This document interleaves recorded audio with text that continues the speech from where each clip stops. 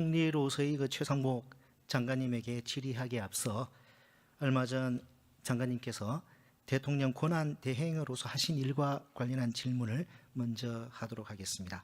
좀 불편하실 수 있을 것 같습니다. 하지만 주권자인 국민의 목소리를 대변해야 할 국회의원의 헌법적 의무에 따라 질문하는 것임을 말씀드립니다. 장관님, 국가의 가장 근본이 되는 규범은 무엇입니까? 네, 헌법입니다. 그렇죠. 가장 근본 규범인 헌법은 법질서, 경제질서 등 모든 질서의 기준이 되는 것이죠.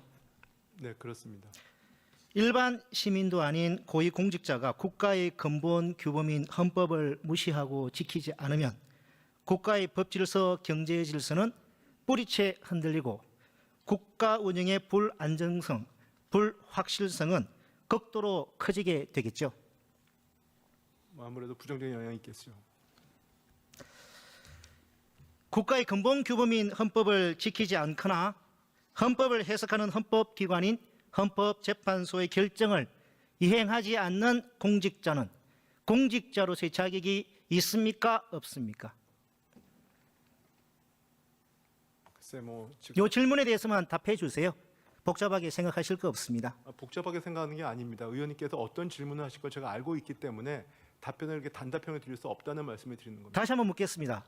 국가의 근본 규범인 헌법을 지키지 않거나 헌법을 해석하는 헌법기관인 헌법재판소의 결정을 이행하지 않는 공직자는 공직자의 자격이 있습니까? 없습니까? 이행해야 됩니다. 없죠. 자격이 없죠. 이행해야 됩니다. 그러니까. 그죠? 이행하지 않는 공직자 자격이 없죠. 네, 이행해야 됩니다. 장관님, 근데 왜 헌법 안 지키시고 헌법재판소의 결정도 준수하지 않으셨습니까? 준수하지 않은 게 아닙니다. 준수하려고 노력을 했습니다. 그게 노력한 거라고 지금 강변하고 계시는 겁니까? 저는 헌법 질서가 돌아가기 위해서 두 사람을 임명을 했고요. 그걸 합병에 대해서 우리 주권자 임명하려고 국민들께서 노력을 이해할 수 있다고 생각하십니까? 아니, 제 설명도 들어보셔야 되지 않겠습니까? 됐습니다, 장관님. 장관님은 권한대행 시절 국회가 선출한 헌법재판관을 장기간 임명하지 않는 위헌적이고 불법적인 직무유기로 정치적 불확실성을 정대하고 장기화시켰습니다. 대통령 권한대행을 하실 때 위헌 위법한 행위로 인해서 큰 혼란과 어려움을 겪으신 우리 국민들께 이 자리를 빌려 사과하실 용의 없으십니까? 그렇게 의원님께서 말씀하신 부분에 대해서도 저도 참 안타깝게 생각합니다. 안타깝기만 하십니까? 제 얘기 좀 들어보시죠. 그 두 사람이 임명하고 나서 국무위원들의 반대가 심했습니다. 근데 국무회의도 헌법기관입니다. 그래서 일단은 헌재 결정이 났을 때 저 따르려고 노력을 했고요. 장관님, 근데 그때 헌재 결정이 헌법재판소의 결정을 다른 국무위원들이 따르지 않아도 된다 그러면 안 따라도 되는 겁니까? 그게 그게 아닙니다. 헌법은 국무회의가 절대 돌아가는 명령입니다. 것도 헌법기관이 돌아가야 되는 것이고요. 됐습니다. 그 당시에는 저 총리하고 대통령의 이미 변론 정리를 끝난 상황입니다. 저도 노력을 했고요. 자, 그러면 사과하실 용의가 없으시다는 거네. 지금도 사과하실 용의 없으십니까? 최대한 노력을 했단 말씀을 드립니다. 사과하지 않으시네요. 좋습니다. 법적으로 역사적으로 준엄한 심판을 받게 될 것입니다. 자, 장관님, 자영업자 관리에서 질의하겠습니다. 지난 15일 국회 현안 질의에서 존경하는 안도걸 의원님께서 자영업자가 어렵다는 질의를 하셨습니다. 이에 대해서 장관께서는 자영업자 하시는 분들도 결국 구조적인 요인들의 변화에 못 따라간 부분도 있다. 자영업자 분께서 어려운 부분은 경기적인 이유도 있지만 온라인 판매가 늘어난 구조적인 요인도 있다. 재정을 써서 되는 것들이 아니기 때문에 시간이 필요했다라고 답변하신 적 있죠. 답변 시간이 짧아서요. 안도걸 의원님은 재정을 말씀하셨기 때문에 예, 제가 여러 시간 맞춤형 관계상 대책이 필요하다는 말씀하신 적 말씀을 드린 있으시죠? 겁니다. 제가 예, 이 자영업자의 예, 어려움을 모른다 이런 말씀드린 건 아닙니다. 네, 물론 장관님 말씀처럼 소위 디지털 플랫폼이 삶의 곳곳을 차지하면서 자영업 행태에 큰 변화가 있는 것은 사실입니다. 그 과정에서 플랫폼 본사와 자영업자들 간의 갈등도 커지고 있습니다. 장관님, 지금 배달의 민족 본사 앞에서 자영업자들이 농성하고 있는 사실 알고 계십니까? 네, 언론에서 봤습니다. 혹시 며칠째 하고 계신 줄 아십니까? 정확히 모르겠습니다. 무려 77일째입니다. 이분들이 왜 농성하는 줄 알고 계시죠? 네, 알고 있습니다. 네, 배달 수수료 문제, 배보다 배꼽이 더 큰 문제를 해결해 달라는 것입니다.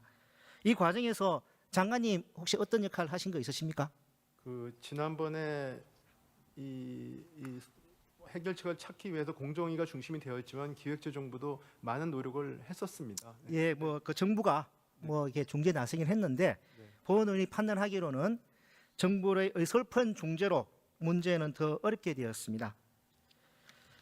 24년 7월에 정부 주도로 배달앱 상생 협의체가 출범하고 11월에 수수료 협상이 타결되었으나 배달의 민족은 상생 협의체 출범 직전에 배달 중개 수수료를 6.8에서 9.8%로 인상을 했다가 협상 때 9.8을 7.8로 인하하는 꼼수를 쓰고 배달비도 인상해서 협상 후에 자영업자의 피해가 더 커졌기 때문입니다. 그리고 지금 배달의 민족은 대화에도 나서지 않고 있습니다.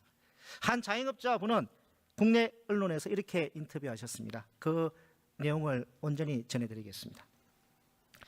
자영업자들이 어려운 것은 온라인 판매 때문이 아니라 정부가 플랫폼 자율 규제라는 명목하에 거대 사업자들이 터무니없이 높은 수수료를 방치한 결과이고 그렇지 않아도 어려운 상황에서 비상계엄 사태로 자영업자들이 질서 있게 퇴장하거나 시장 변화에 적응할 시간조차 빼앗겼다. 자영업자들은 특별한 혜택을 요구하는 것이 아니라 단지 공정한 시장 환경 속에서 정상적으로 영업할 수 있는 일상을 원할 뿐이다.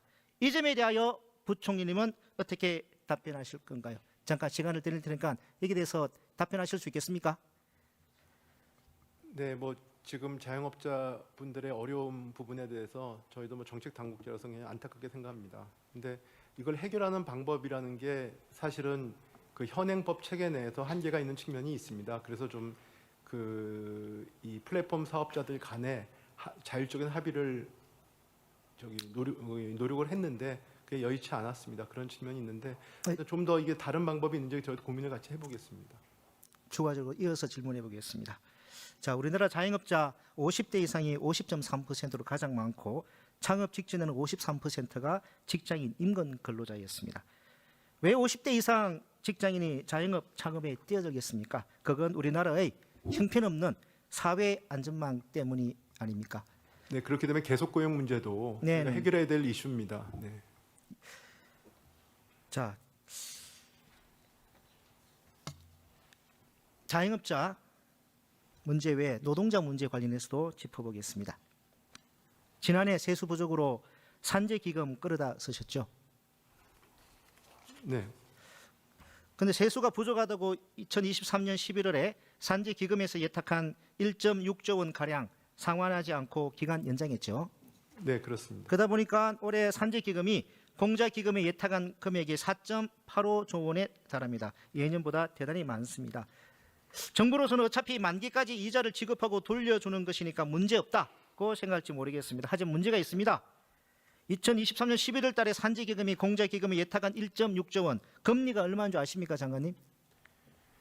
금리 뭐 3.86%인가 지금 말씀드리겠습니다. 네네. 그런데 지난해 산재보험기금 여유재원 운용 수익률이 얼마인 줄 아십니까? 8.56%입니다. 2배 넘는 차이가 납니다. 즉 정부에 예탁하지 않고 운용했더라면 더 높은 수익률로 산재기금의 재정에 기여했을 자금을 공자기금에 예탁함으로써 손해를 보게 된 것입니다. 단순 계산해서 1.6조 원을 운용하지 않고 예탁함으로써 보게 되는 손해는 750억 원이 넘습니다. 이게 다 노동자의 업무상 재해를 보상하고 재해 예방에 사용되어서 할 노동자들의 몫입니다. 이걸 부자들 감세해주고 세수가 부족하다고 끌어다 쓴 것입니다. 이게 약자 방치가 아니고 무엇입니까? 전 정권인 윤석열 정부는 약자 방치 정부였습니다. 그 중심에 바로 최상목 장관께서 계셨습니다. 의원님. 게다가 최상목 장관께서는 약자는 방치하고 사익은 극대화했습니다. 미국 국채 투자 관련해서 질문하겠습니다. 많은 분들이 장관께서 환율에 베팅했다고 지적하는데 본의원은 그건 일부만 맞다고 생각합니다. 장관께서 투자한 채권 저쿠폰 채권이죠. 소위 저쿠폰 채권 맞죠? 자본이 더 그러니까 채권 가격이 상승하면 차익을 노리기 위해 투자하는 거 맞죠? 알고 계시죠?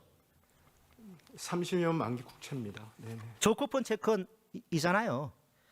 지금 채권 매매 차익에는 과세가 되지 않죠, 장관님? 그렇죠. 금투세가 원래 예정대로 도입됐더라면 도입이 아니라 시행 올해 1월 1일에 시행됐더라면 채권 차익 과세가 될 수 있었는데 장관님 작년에 금투세 폐지 앞장서셨고 금투세 폐지되었습니다. 지금 채권 매매 차익은 이제 과세가 안 되게 됐죠. 뭐 일단 상황은 지금 손해가 났기 때문에 과세 대상은 물론 아닙니다만. 나중에 근데 의원님이 이익이 발생하면은 근데 의원님은 그렇게 연결을 시키신 건 그건 좀 전 부당하다고 생각합니다. 자 그러면 올해 저는 작년에 여태까지 공직을 하면서 공직 윤리에 대해서 그런 식으로 제 사익과 관련된 부분들을 판단하지 않았습니다. 그러면 의원 그렇지 않겠습니까? 그거는 자, 뭐 제가 그 부분 그리고 저 부분이 이해 충돌이 있는 건 저희가 거기 요청을 해놨기 때문에 기다리고 있습니다. 장관님께서 작년 8월달에 이제 해당 채권을 사셨다고 이제 밝히셨는데 그리고 그 전에 가지고 있는 외화로 나온 가지고 리포트 있는 외화 내용을 예금을 가지고 산 리포트 겁니다. 내용을 갖다가 좀 보여드리겠습니다. 네. 금투세가 시행되면 채권의 자본 차익에 대해서도 세금이 부과되어서 저쿠폰 채권의 장점이 사라질 수 있었지만 이제 그런 걱정을 덜 수 있게 된 것이다. 저 장관님께서 금투세 폐지 앞장선 결과 물론 장관님은 고의가 아니었다고 이제 가지고 뭐 해명을 하십니다만은 결과적으로는 저게 제 발언입니까? 아닙니다. 전 저런 적이 발언. 삼성증권에서 나온 리포트입니다. 저쿠폰 채권의 어떤 성격에 대해서 결과적으로 장관님은 뭐 고의가 아니라고 말씀을 하시는데요. 결과적으로 장관님께서 큰 수혜자 중 한 명이 된 것은 저에 대한 맞지 신뢰가 않습니다. 그거밖에 안 된다는 걸 제가 되돌아보겠습니다. 네. 이번에 내놓은 추경안도 시급하다는 말뿐이지 상생 페이백 같은 사업은 올해 하반기나 되어야 제대로 시행이 됩니다. 장관님께서는 본인이 했던 일에 분명히 법적으로 역사적으로 준엄한 평가를 받게 될 것이라고 말씀을 다시 한번 드립니다. 산림청장님, 예.